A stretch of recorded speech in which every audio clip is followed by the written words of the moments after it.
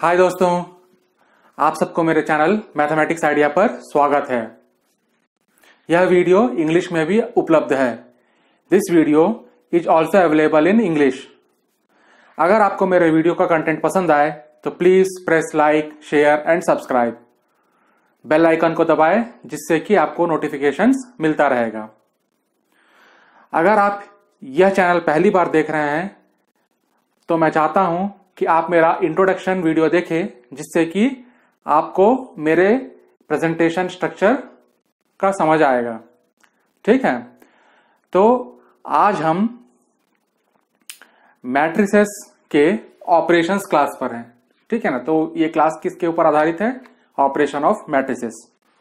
ठीक है, इससे पहले हमने बेसिक्स ऑफ मैट्रिसेस का क्लास कंप्लीट किया है, तो मैं चाहता हूं कि आप ये क्रम पूरा करें। पहले बेसिक्स, उसके बाद फिर इस वीडियो पे आए जो कि ऑपरेशंस ऑफ मैट्रिसेस का है।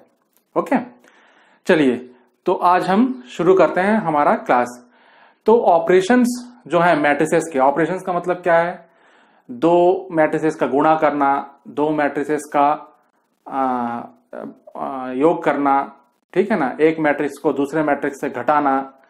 तो ये सब जो योग है, घटाना है या फिर गुणा करना है, ये सब चीज ये ऑपरेशंस के अंदर आता है। ठीक है ना, तो हमने ये ऑपरेशंस को दो भाग में बांटा है। एक भाग ये जिसमें कि दो मैट्रिसेस के बीच में ऑपरेशन होगा। ठीक है ना, जैसे कि मैट्रिक्स ए है और मैट्रिक्स बी है, तो दो मैट्रिक्स के बीच में ये ऑपरेशन होगा। तो दो मैट्रिसेस के बीच में क्या क्या ऑपरेशन हो सकते हैं? एक हो सकता है योग, एडिशन, एक होता है सब्सट्रैक्शन, एक से दूसरे को घटाना, और दोनों का गुणा करना जो कि है मल्टीप्लिकेशन। ठीक है ना, तो ये तीन ऑपरेशन हम को करने के लिए हमें ये तीन ऑपरेशन करने के लिए दो मैट्रिसेस चाहिए जो कि ए और बी है। ठीक है ना, तो एक जो ऑपरेशन को हमने इस प्रकार से विभाजित किया है, तो वो विभाजन क्या है कि दो मैट्रिसेस के बीच का हम कोई ऑपरेशन कर रहे हैं। ठीक है, अब दूसरा विभाजन यह है कि एक मैट्रिक्स के अंदर ही कुछ हम कर रहे हैं ऑपरेशन। ठीक है ना, और हम इसको दूसरे डिटेल्ड एक्सप्लेनेशन क्लास में समझेंगे, अगले डिटेल्ड एक्सप्लेनेशन क्लास में। ठीक है, विद इन अ मैट्रिक्स का जो है उसको हम अगले डिटेल्ड एक्सप्लेनेशन क्लास में समझेंगे। तो इस क्लास में हम क्या करेंगे? हम एडिशन, सब्सट्रैक्शन और मल्टीप्लीकेशन करेंगे। ठीक है, तो आज के क्लास का रोड मैप क्या है? आज का क्लास का रोड मैप है कि हम सबसे पहले ऑपरेशंस इन मैट्रिसेस देखेंगे। उन ऑपरेशंस इन मैट्रिसेस में जहां दो मैट्रिसेस के बीच में ऑपरेशन करेंगे उसके बारे में सुनेंगे, तो वो है एडिशन, सब्सट्रैक्शन और मल्टीप्लीकेशन। ठीक है, तो चलिए अब हम आगे बढ़ते हैं और एडिशन समझते हैं पहले। ठीक है, चलिए।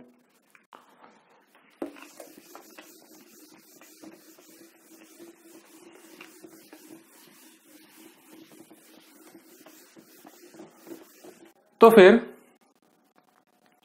यहां पर जो मैट्रिक्स है वो मैट्रिक्स है ए, और यहां पर जो मैट्रिक्स है वो मैट्रिक्स है बी। तो मैंने जैसे बोला था कि एडिशन जो है दो मैट्रिक्स के बीच का ऑपरेशन है। दो मैट्रिक्स के बीच में हम ये ऑपरेशन लगाएंगे। तो जब ए प्लस बी करेंगे, ठीक है ना, तो ए प्लस बी जब करेंगे तो एक नया मैट्रिक्स निकलेगा, वो होगा सी।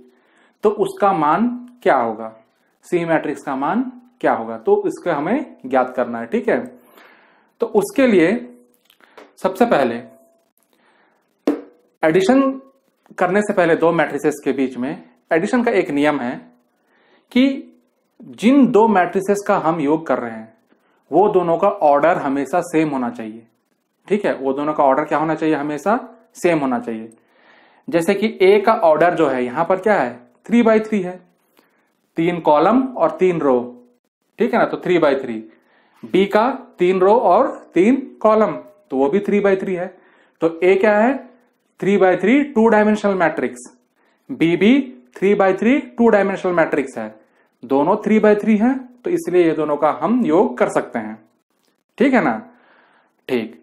तो जब ये दोनों का योग करेंगे तो हमें एक मैट्रिक्स मिलेगा सी। ठीक है ना, तो हमें एक मैट्रिक्स मिलेगा सी। इसके पहले जो बेसिक्स क्लास हुआ था उसमें मैंने आपको अवगत कराया था कि हर एक मैट्रिक्स के जो एलिमेंट्स हैं, जैसे वहां 1 2 3, इसको हम IJ के फॉर्म में लिख सकते हैं, है कि नहीं। जैसे इसको हम लिख सकते हैं A11, जिसमें कि फर्स्ट रो और फर्स्ट कॉलम तो 1 1, यहां पर फर्स्ट रो सेकंड कॉलम मतलब 1 2, तो ये 2 क्या है, A12 है। ऐसा एक मैट्रिक्स के सारे एलिमेंट्स को हम IJ के फॉर्म में लिख सकते हैं, जहां की I जो है उसके रो के संख्या को दर्शाता है और J जो है उसके कॉलम की संख्या को दर्शाता है, ठीक है। तो वैसे ही ये जो इन दोनों का योग करने के बाद जो C मैट्रिक्स बनेगा, तो C के जो एलिमेंट होगा वो होगा CIJ, ठीक है, वो क्या होगा, CIJ।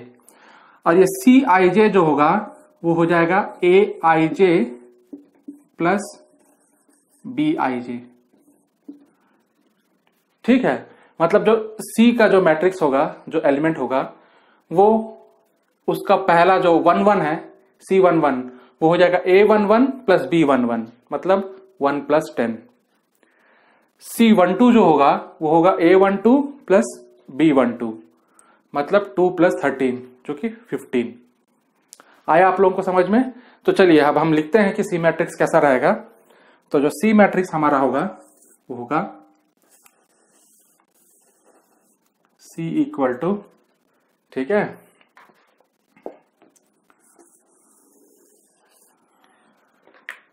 C11 A11 plus B11, मतलब 1 प्लस 10, ठीक है, ये हो जाएगा 1 प्लस 10। उसके बाद दूसरा एलिमेंट A12 प्लस B12, मतलब 2 प्लस 13, ये हो गया 2 प्लस 13।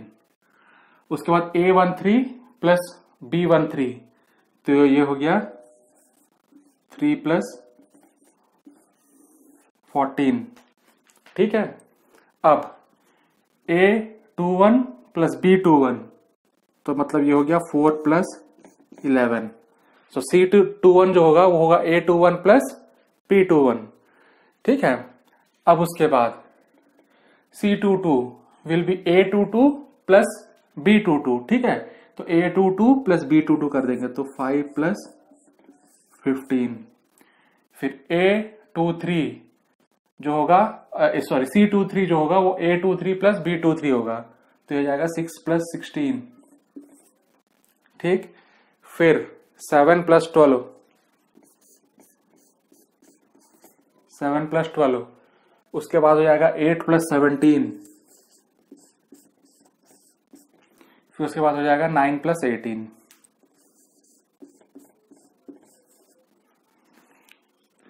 ठीक है। तो ये हो गया हमारा C मैट्रिक्स। तो C मैट्रिक्स का मान क्या हो जाएगा, अब C मैट्रिक्स का जो मान होगा वो होगा 11 15 17 15 20 22 19 25 और 27, ठीक है ना। तो ये हो जाएगा 19 25 और 27, ठीक है। तो ये हो जाएगा हमारा C मैट्रिक्स। आया समझ में। तो दो मैट्रिक्स का योग तभी हो सकता है जब दोनों का साइज सेम हो या ऑर्डर सेम हो। यहां पर ये दोनों मैट्रिक्स का ऑर्डर या साइज जो है वो है 3/3, ठीक। ये हमारा पहला चीज। दूसरा चीज, जब दोनों को हम ऐड करना है तो ये पहला इसके पहले से ऐड होगा, इसका 1 2 इसके 1 2 से ऐड होगा, इसका 1 3 उसके 1 3 से ऐड होगा। तो ये रहा हमारा आंसर। तीसरा चीज, जो ऑर्डर A और B का होगा, मतलब दोनों का तो सेम होगा ही, वही ऑर्डर C का भी होगा। A 3/3 मैट्रिक्स, B 3/3 मैट्रिक्स, तो C जो है वो 3/3 मैट्रिक्स होगा। आया समझ में, ठीक है। तो चलिए अब हम आगे बढ़ते हैं प्रॉपर्टीज के ऊपर, ठीक।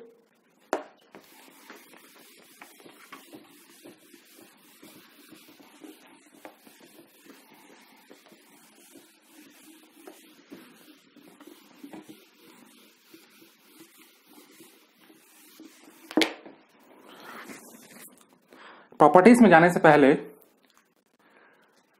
अब थोड़ा सोचते हैं कि दो मैट्रिक्स जो है उसका साइज अगर सेम नहीं है तो उसका योग क्यों नहीं हो सकता। ठीक है, जैसे कि ये मैट्रिक्स ए है और ये मैट्रिक्स बी है। मान लेते हैं हम मैट्रिक्स बी से ये तीसरा जो कॉलम है उसको हटा देते हैं। ठीक है, वो तीसरा कॉलम चलिए मान लीजिए हटा दिए, तो इसमें कितने रो रह गया बी में रो रह गया 3 और कॉलम हो गया 2। तो बी का साइज हो गया 3/2 और इसका साइज है, ए का साइज है 3/3। ठीक है, तो जब ऐड करेंगे ये दोनों मैट्रिक्स को जब ऐड करेंगे तो 1 और 2 तक तो सही है, लेकिन थर्ड का जो करस्पॉन्डिंग एलिमेंट है वो बी में नहीं मिलेगा हमको। ठीक है, थर्ड का जो करस्पॉन्डिंग एलिमेंट है वो हमें बी में नहीं मिलेगा। ठीक, क्योंकि उसमें थर्ड कॉलम जो है वो है ही नहीं, ना ही थर्ड का मिलेगा, ना ही 6 का मिलेगा, ना ही 9 का मिलेगा। 3, 6, 9 तीनों का एलिमेंट्स किससे ऐड करें बी में, वो हमको मिलेगा ही नहीं।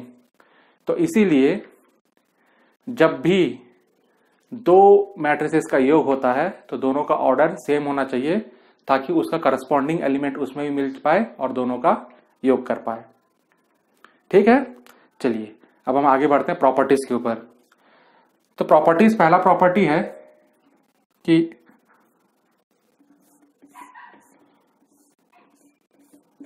a प्लस बी जो होगा उसका मान b प्लस ए के बराबर होगा।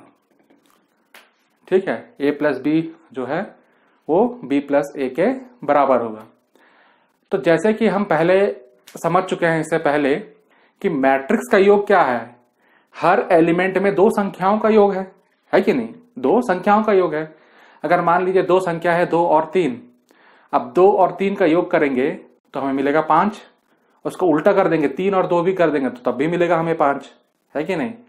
ठीक, तो इसका मतलब ये पहला प्रॉपर्टी जो है वो वैलिड है मैट्रिक्स के लिए भी। ठीक है, क्योंकि ये योग है। ठीक, तो a plus B equal to B plus A. आया समझ में आपको? ठीक है, दूसरा प्रॉपर्टी, अगर मान लीजिए a प्लस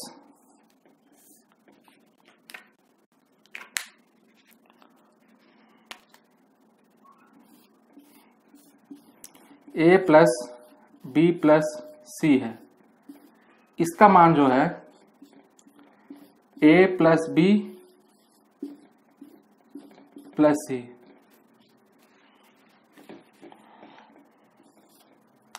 दोनों का मान जो है बराबर होगा। इसका मतलब b और अगर 3 मैट्रिक्स है, ठीक है ना, 3 मैट्रिक्स है, 3 मैट्रिक्स क्या क्या है, a b और c। b और c का योग करके अगर a से फिर योग करते हैं या फिर a और b का योग करके फिर c से योग करते हैं तो दोनों का रिजल्ट जो है वो सेम आएगा। ठीक है, दोनों का रिजल्ट जो मैट्रिक्स आएगा वो सेम आएगा, ये इसका कहना है। ठीक है ना। तो अब चलते हैं हम तीसरे प्रॉपर्टी के ऊपर। तीसरा प्रॉपर्टी ये है कि अगर a plus B equal to 0 है, a plus B equal to 0 है, तो b जो है वो a का एडिटिव इनवर्स होगा और a जो है वो b का एडिटिव इनवर्स होगा। ठीक है, तो इसको बोलते हैं हम एडिटिव इनवर्स। यहां पर ये दोनों मैट्रिक्स एक दूसरे के एडिटिव इनवर्स होंगे। अब ये 0 क्या होता है, जब हम दो मैट्रिसेस का योग करेंगे तो योग करने के बाद हमें क्या मिलना चाहिए, 0।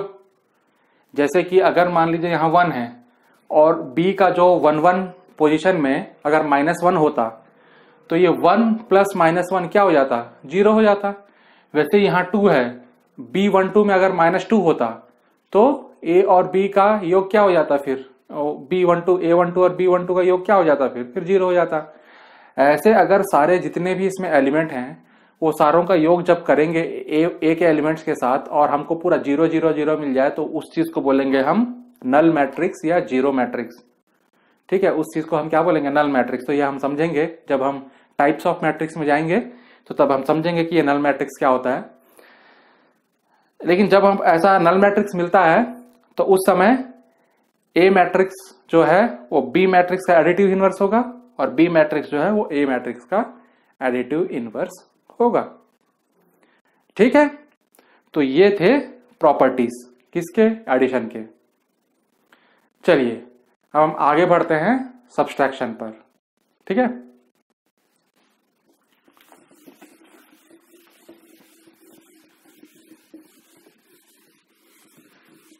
ओके चलिए हम आगे बढ़ते हैं। तो ये है दो मैट्रिक्स के बीच का सब्सट्रैक्शन। एक मैट्रिक्स को हम दूसरा मैट्रिक्स से घटा रहे हैं। तो यहां पर बी मैट्रिक्स को हम ए मैट्रिक्स से घटाएंगे, तो मतलब हम ए माइनस बी निकाल रहे हैं इसमें। ठीक है ना, तो जो रिजल्टेंट मैट्रिक्स बनेगा वो मैट्रिक्स मान लेते हैं सी है। जो रिजल्टेंट मैट्रिक्स बनेगा वो मैट्रिक्स मान लेते हैं हम क्या है, सी है। ठीक है, अब इससे पहले भी मैं बोल चुका हूं कि हर एलिमेंट्स जो हैं ए मैट्रिक्स के उसको हम ए आई जे के फॉर्म में लिख सकते हैं। ठीक है, वैसे बी के भी बी आई जे के फॉर्म में लिख सकते हैं और सी के भी सी आई जे के फॉर्म में लिख सकते हैं। तो इसका जो सी आई जे होगा वो होगा ए I J minus B I जे। ठीक है, ए I J minus B I जे, जहां की सी मैट्रिक्स जो है ए माइनस बी है, तो उसके एलिमेंटल फॉर्म में ऐसे लिख सकते हैं इसको। ठीक, तो ये जो है ये सेम एडिशन के जैसा ही है। एडिशन में हमने क्या किया था, A11 को B11 से योग किया था। यहां पर क्या करेंगे, B11 को A11 से हम घटा देंगे। ठीक है, तो चलिए देखते हैं कि हमारा सी मैट्रिक्स कैसा दिखेगा। तो ये सी मैट्रिक्स जो है इसको लिख लेंगे सी मैट्रिक्स, वो जो है उसको हम एक ब्रैकेट में घेर देते हैं और उसके बाद ए I J minus B I जे मतलब 10 माइनस 1 पहला एलिमेंट, दूसरा 13 माइनस 2, तीसरा 14 माइनस 3, फिर सेकेंड रो का पहला A21 minus B21 equal to C21, तो हो जाएगा 11 माइनस 4। उसके बाद A22 minus B22 minus 50 minus 5, फिर उसके बाद A23 माइनस B23 मतलब 16 माइनस 6। उसके बाद A31 minus B31 12 minus 7, A32 minus B32 means 17 minus 8 और A33 minus B33 means 18 minus 9। तो ये बना मेरा C I J equal to A I J minus B I J के फॉर्म में मैंने पूरा लिख लिया। ठीक है, अब इसका हमें हल करना है। तो 10 माइनस 1 पहला एलिमेंट क्या आ जाएगा, C11 का 9। उसके बाद 13 माइनस 2 दूसरा एलिमेंट आ जाएगा 11। उसके बाद 14 माइनस 3 तो ये भी 11। ठीक है, 9 11 11 11 माइनस 4 तो ये अपना कितना आ जाएगा, 11 माइनस 4 7, तो आ गया 7।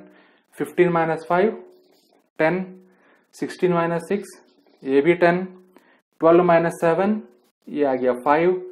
उसके बाद आ गया 17 माइनस 8 तो ये आ गया 9, 18 माइनस 9 ये भी 9। ठीक है, तो जो सी मैट्रिक्स जो बनेगा हमारा वो सी मैट्रिक्स बनेगा 9 11 11 7 10 10 5 9 9। तो ये हो गया हमारा सी मैट्रिक्स जो कि है सब्सट्रैक्शन। ठीक है, ए माइनस बी का। ठीक है, तो ये जो है nearly equal to our edition. ठीक है, एडिशन में हमने बस एलिमेंट्स को ऐड किया था, यहां पर हमने क्या किया, करस्पॉन्डिंग एलिमेंट्स को सब्सट्रैक्ट कर दिया है, एक को दूसरे से घटा दिया है। ठीक, समझ में है आपको? चलिए, तो इससे हमारा सब्सट्रैक्शन जो है खत्म होता है। अब हम आगे बढ़ते हैं मल्टीप्लिकेशन के लिए। आगे बढ़ने से पहले मैं आपको फिर इसका एक नियम बताना चाहता था कि सब्सट्रैक्शन भी वही नियम रहेगा जो कि एडिशन के लिए। तो एडिशन के लिए नियम क्या था कि ए का साइज और बी का साइज सेम होना चाहिए। दोनों का ऑर्डर क्या होना चाहिए, सेम होना चाहिए। इसमें भी सब्सट्रैक्शन में भी वही है, ए और बी दोनों का ऑर्डर सेम होना चाहिए, तभी हम वो दोनों को घटा पाएंगे। ठीक है, एक का ऑर्डर अगर दूसरे से अलग रहेगा तो हम उसको नहीं घटा पाएंगे। ठीक, चलिए अब हम आगे बढ़ते हैं मल्टीप्लिकेशन के लिए। चलिए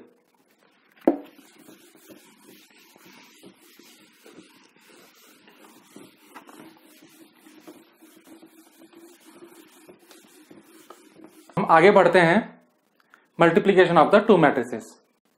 ठीक है, दो मैट्रिक्स का गुणा करना है।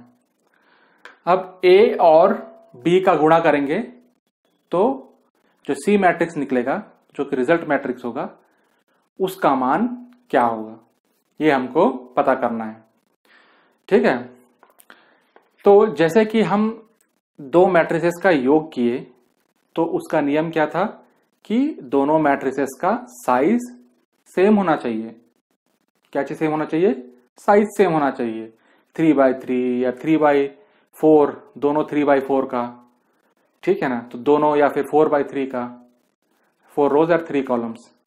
ठीक, तो ये ऐसा साइज अगर सेम होता है तभी हम एडिशन और सब्ट्रैक्शन कर पाते हैं। वैसे ही मल्टीप्लिकेशन का भी नियम है। क्या नियम है कि अगर आप ए और बी को मल्टीप्लाई कर रहे हो, ठीक है, ए और बी का मल्टीप्लाई कर रहे हो, तो ए का कॉलम, ए का जितना कॉलम है उतना बी में रो होना चाहिए। ठीक है, ए का जितना भी कॉलम है उतना बी में रो होना चाहिए। ठीक, जैसे कि अगर ए क्रॉस बी कर रहे हो, ठीक है, अगर ए क्रॉस बी कर रहे हो तो ए का कॉलम बी के रो के इक्वल होना चाहिए। ठीक है, तो फिर इसको मैं और अच्छे से लिख देता हूं जिससे कि आपको साइज भी समझ में आएगा। जैसे कि ए है जिसका साइज है m क्रॉस n और b है, और तो उसका साइज होना चाहिए n क्रॉस p, तभी ये दोनों का गुणा हो पाएगा।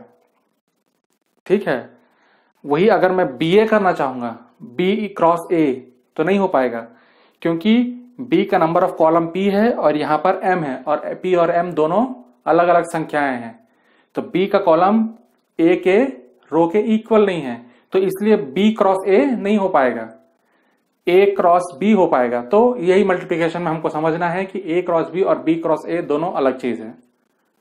ठीक है, दोनों क्या है, अलग चीज है। अब यहां पर देखिए, अब हम यहां पर A क्रॉस B की बात करेंगे। ठीक है, तो A क्रॉस B में क्या है, A में M रो है और N कॉलम, B में N रो है और P कॉलम। ये हम बेसिस क्लास में समझ चुके हैं साइज के बारे में। तो A में जितना नंबर ऑफ कॉलम है उतना B में नंबर ऑफ रोज है, तो इसलिए ये दोनों का गुणा हो सकता है। चलिए, जैसे कि मैं आपको उदाहरण देता हूं। अगर मान लीजिए A का साइज है 7/2 और B का साइज है 2/8, ठीक है, तो ये दोनों का गुणा हो सकता है, क्योंकि A में 2 कॉलम है और B में 2 रो है। ठीक है, तो A का जो कॉलम नंबर है और B का जो रो नंबर है दोनों सेम है।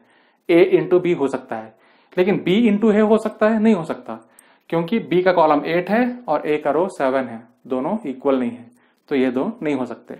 ठीक, चलिए अब ये दोनों का जब हम गुणा करेंगे तो हमें रिजल्ट में कोई मैट्रिक्स मिलेगा जो कि है हमारा सी मैट्रिक्स। ठीक है, वो मैट्रिक्स क्या है हमारा, सी मैट्रिक्स।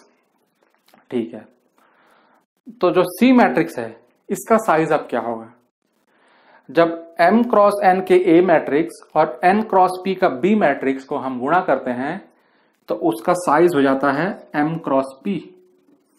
तो C का साइज क्या हो जाएगा, m क्रॉस P हो जाएगा। ठीक है, तो ये होगा C का साइज। वैसे ही जैसे हमने यहां पर उदाहरण लिया है A अगर 7 क्रॉस 2 है और B जो है 2 क्रॉस 8 का साइज है, तो इससे जो हमारा सी का मैट्रिक्स निकलेगा उसका साइज होगा 7x8।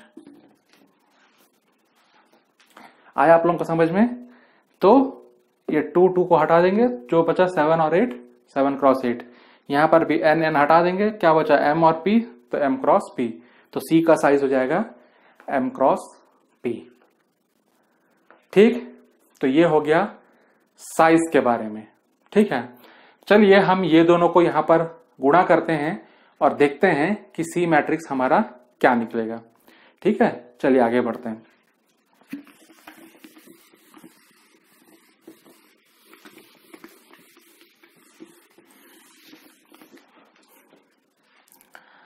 हम लिख लेते हैं सी मैट्रिक्स। अब सी मैट्रिक्स को लिखना चालू करते हैं कि अब गुणा कैसे करते हैं। गुणा करने के लिए जैसे a क्रॉस b करना है, ठीक है ना, तो हमको क्या करना है यहां पर a क्रॉस b। जब a क्रॉस b करेंगे तो हम क्या ले लेंगे, a का रो और b का कॉलम, a का रो और b का कॉलम, और इसमें जितने भी एलिमेंट्स हैं उसको हम गुणा करेंगे। जैसे पहला एलिमेंट 0 से 1, फिर 1 से 0, फिर उसके बाद ये 2 से 2। आया समझ में? और वो तीनों का योग कर देंगे। मैं यहां पर लिखता हूं कि कैसे करते हैं। तो सबसे पहले आप ये समझिए कि ये हमारा जो पहला वाला है ये रो 1 है, ये है हमारा रो 2 और ये है हमारा रो 3। वैसे ही बी में ये है हमारा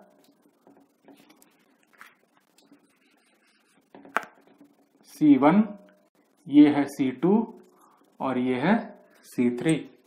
ठीक है, अब जो मैट्रिक्स से निकलेगा वो निकलेगा R1C1, R2C2, sorry R2C1, R3C1। ये निकलेगा हमारा मैट्रिक्स C। दूसरा कॉलम ये हो जाएगा R1C2, R2C2, R3C2। Third row second column R1C3, R2C3, R3C3।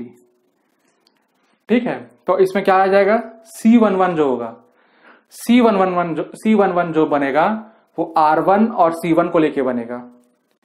C12 जो बनेगा एलिमेंट वो बनेगा R1 और C2 से। C13 जो एलिमेंट बनेगा वो बनेगा R1 और C3 से। आया समझ में? ऐसा करके सारे एलिमेंट्स बनेंगे। अब ये R1 C1 को कैसे हम कैलकुलेट करेंगे, R1 C2 को कैसे कैलकुलेट करेंगे, ये आगे देखते हैं। तो देखिए यहां पर सबसे पहले क्या है, यहां पर R1 C1। तो ये R1 C1 में R1 का पहला एलिमेंट C1 का पहला एलिमेंट ले लेंगे, वो दोनों को गुणा कर लेंगे। तो ये हो गया 0 × 1।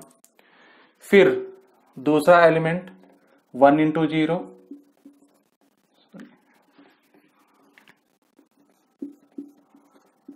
फिर तीसरा एलिमेंट 2 × 2, तो ये हो गया 2 × 2। तो ये R1 C1 कंप्लीट हो गया। ठीक है, तो R1 C1 में क्या किए, R1 का पहला एलिमेंट C1 का पहला एलिमेंट, R1 का दूसरा एलिमेंट C1 का दूसरा एलिमेंट, R1 का तीसरा एलिमेंट C1 का तीसरा एलिमेंट। ऐसा करके R1 C2 भी करेंगे। तो देखिए हम R1 C2 को फिर एक्सप्लेन करता हूं कैसे कर रहे हैं।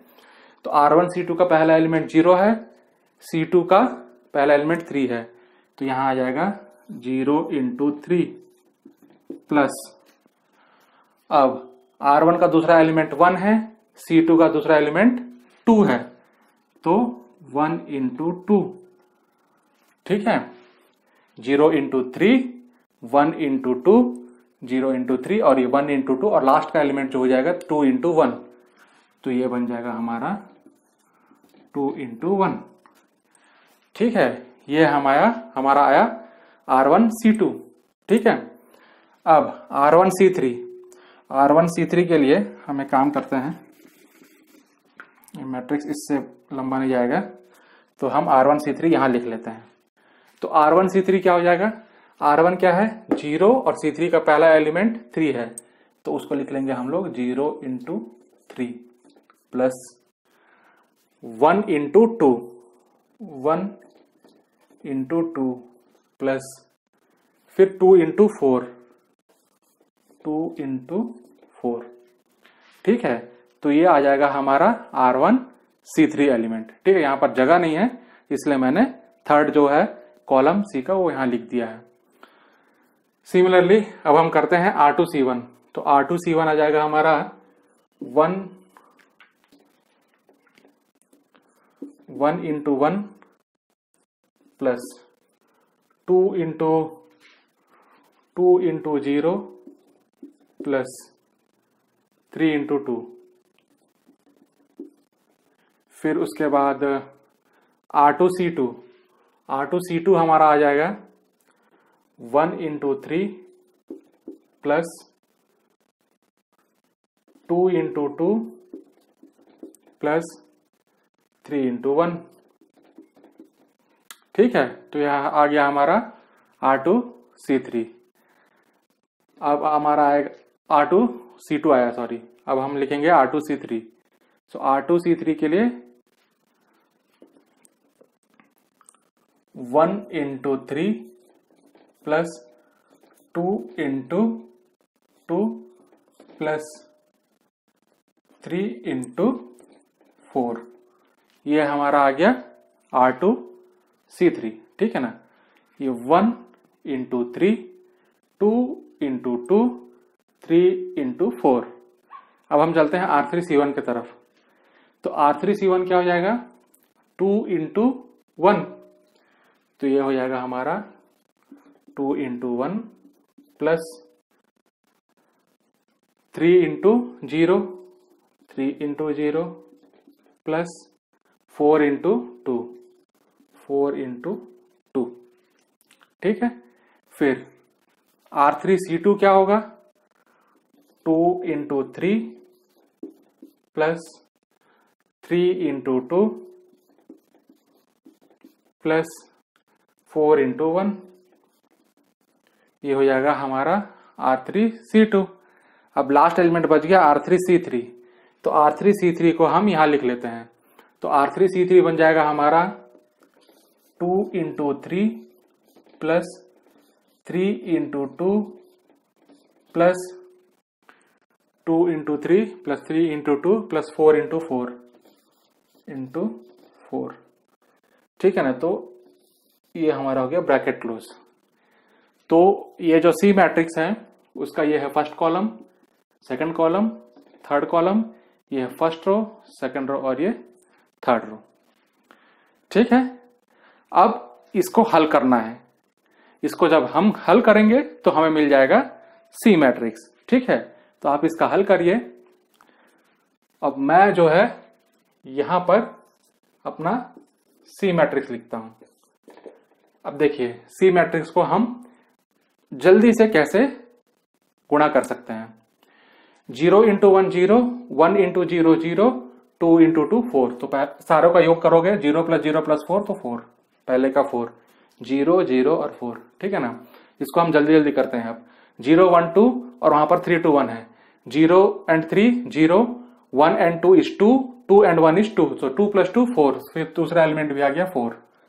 उसके बाद 0 1 2 का C3 के साथ R1C3, ठीक है ना। तो 0 1 2, 0 के साथ 3 करेंगे तो 0, 1 के साथ 2 2, 2 के साथ 4 करेंगे तो 8 मल्टीप्लीकेशन। तो 2 + 8 10, थर्ड वाला एलिमेंट 10। देख लीजिए थर्ड वाला एलिमेंट जो है 2 + 8 10, ठीक है ना। अब उसके बाद R2 करेंगे, R2 से C1 C2 C3 का मल्टीप्लीकेशन R2 के साथ। तो R2 के साथ C1 C2 C3 का मल्टीप्लीकेशन, तो 1 का मल्टीप्लीकेशन 1 के साथ तो 1, 2 का 0, फिर 3 का 2 के साथ 6, तो ये बन जाएगा 7, 1 + 6 is 7। फिर 1 2 3 का C2 के साथ 1 × 3 is 3, 2 × 2 is 4, 4 + 3 7, 7 + 3 10, सो दूसरा एलिमेंट बन गया 10। उसके बाद 1 2 3 का 3 2 4 के साथ 3 4 12, 12 प्लस 4 16, 16 प्लस 3 19, तो ये बन गया 19।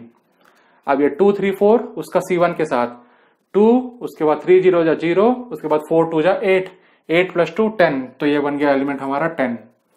अब 2 3 4 का C2 के साथ 2 3 जा 6, 3 2 जा 6, 6 6 12, 12 प्लस 4 16, तो ये बन गया 16। अब उसके बाद 2 3 जा 6, 3 2 जा 6, 6 प्लस 6 12, 12 प्लस 4 4 जा 16, 16 प्लस 12 इज 28, तो ये बन गया हमारा 28। आया समझ में? तो हम एक शॉर्टकट तरीके से ऐसे कर सकते हैं। मैं चाहता हूं कि आप पहले जो 2-3 सम्स हैं उसको ऐसा ही प्रैक्टिस करिए। ऐसे प्रैक्टिस करने से थोड़ा गलती के चांसेस कम होते हैं, तो इनिशियली आप ऐसा प्रैक्टिस करिए। फिर इसके बाद जैसे आपके दिन गुजरेंगे, फिर आप जब अच्छा से इसके कंफर्टेबल हो जाएंगे, ठीक है ना, पूरी तरीके से, तो तब आप जा करके इस तरीके से कर सकते हैं, जिससे कि आपका मल्टीप्लिकेशन बहुत ही जल्दी हो जाएगा। ठीक है, तो ये रहा मल्टीप्लिकेशन। ठीक है, तो ये मल्टीप्लिकेशन हमने क्या समझा कि मल्टीप्लाई करने के लिए दो मैट्रिसेस के लिए सबसे पहला नियम है कि जो पहला मैट्रिक्स है उसका नंबर ऑफ कॉलम्स दूसरे मैट्रिक्स के नंबर ऑफ रो के इक्वल होना चाहिए। ठीक है ना, इस पहले मैट्रिक्स के नंबर ऑफ कॉलम्स दूसरे मैट्रिक्स के नंबर ऑफ रोज बराबर होने चाहिए, तभी हम उसका क्या कर पाएंगे, गुणा कर पाएंगे। ठीक है, आया समझ में? देखिए उसके बाद हमने ये पूरा गुणा करना सीखा है, ठीक है ना, कि कैसे हमें दो मैट्रिक्स को गुणा करना है। ठीक, चलिए अब हम आगे बढ़ते हैं कि मल्टीप्लिकेशन के प्रॉपर्टीज क्या होंगे। ठीक है ना, मल्टीप्लिकेशन का प्रॉपर्टी क्या होगा। चलिए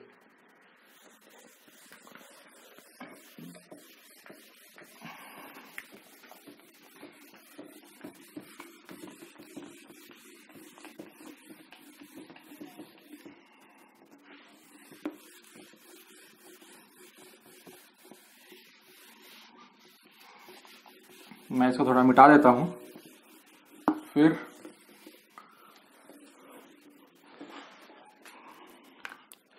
चलिए पहला प्रॉपर्टी ये है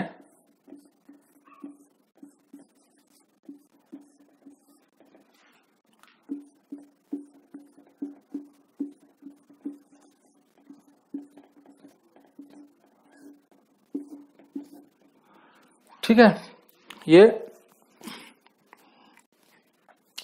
इक्वल टू हमारे वो एडिशन की तरह ही।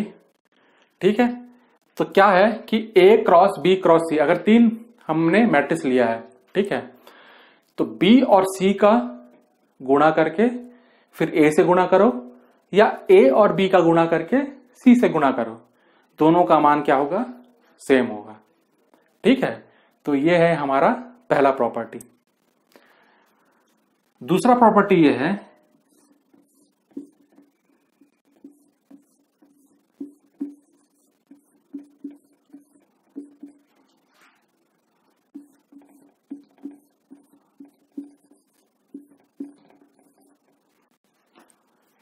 सॉरी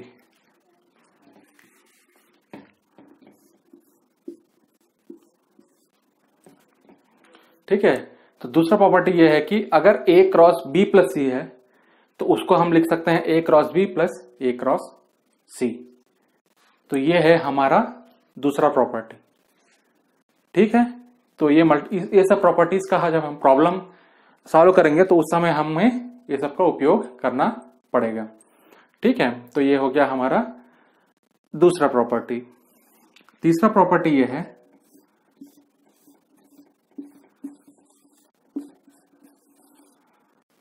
कि अगर आपने दो मैट्रिसेस का गुणा किया है और आपको रिजल्ट में मिला है नल मैट्रिक्स, जीरो मैट्रिक्स, जिसमें सारे एलिमेंट्स जीरो हैं, तो उस मैट्रिक्स में, यानी इन दोनों मैट्रिक्स में, ये जरूरी नहीं है कि कोई एक ना एक मैट्रिक्स जीरो होगा। ये हम जरूरी नहीं है, यहां पर ये जरूरी नहीं है कि या तो A जीरो हो या B जीरो हो। ठीक है, अगर ए और बी का गुणा करते हैं और हमें जीरो मैट्रिक्स मिलता है, नल मैट्रिक्स, 0 0 0 जिसके एलिमेंट होते हैं, वो वाला मैट्रिक्स मिलता है, तो इसका मतलब ये नहीं कि या तो ए 0 होगा या बी 0 होगा। जैसे कि अगर हम दो संख्याओं का गुणा करते हैं, नॉर्मल संख्याओं का, ठीक है ना, और उसका अगर मान 0 आ जाता है, तो इसका मतलब यह है कि दो संख्याओं में से कोई एक संख्या तो 0 होना ही होना है।